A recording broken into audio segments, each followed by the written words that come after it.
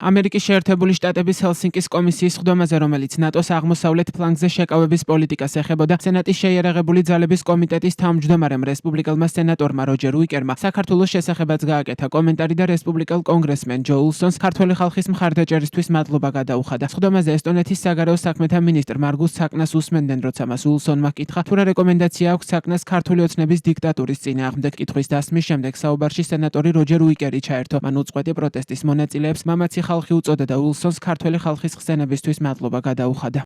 პრეზიდენტმა ტრამპმა დიდ წარმატებას მიაღწია სამხრეთ კავკასიაში, თუმცა ტრაგედია ის გაყალბებული არჩევნები, რაც საქართველოში ვნახეთ. რა რეკომენდაცია გაქვთ, რა უნდა გაკეთდეს ქართული ოცნების დიქტატურის წინააღმდეგ, რომელიც ახლა ძალიან მჭიდროდ თანამშრომლობს ჩინეთის კომუნისტურ პარტიასთან, რომ შავი ზღვის პორტი, რომელიც საქართველოს აქვს, მათ მისცენ, რომელიც დაეხმარება მათ გავლენა იქონიონ იმპორტზე, ცენტრალური აზიის ეკონომიკურ პროგრესსა და თავისუფლებაზე. Thank you, Representative Wilson.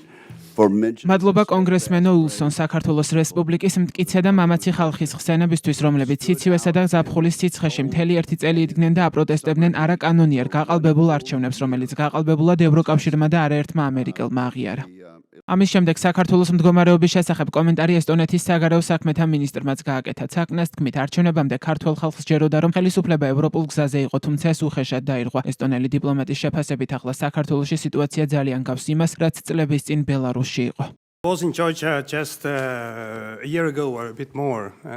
საქართველოში წელიწადზე ცოტა მეტი ხნის წინ ვიყავი, იქ ბალტიისპირეთისა და ისლანდიის საგარეო საქმეთა მინისტრებთან ერთად ვიმყოფებოდი. ეს არჩევნებამდე მოხდა. ქართველ ხალხს იმ დროს სჯეროდა, რომ მათი ხელმძღვანელობა რეალურად ასრულებდა დანაპირებს მსოფლიოს დასავლურ ნაწილთან და ევროკავშირთან ინტეგრაციის შესახებ, მაგრამ ეს უხეშად დაირღვა. ჩვენ ძალიან ახლოს ვართ ქართველ ხალხთან. ყოველთვის ვუჭერდით მხარს მათ მისწრაფებებს, ხელისუფლებას, მთავრობას არ ვუწოდებ. ეს არის რეჟიმი, რომელიც არ მისდევს ქართველი ხალხის ნებას, რასაც ახლა თვალს ვადევნებთ საქართველოში, არის იმავე მოვლენების დასაწყისი, რასაც წლების წინ ბელარუსში ვხედავდით. ეს ძალიან საშიშია.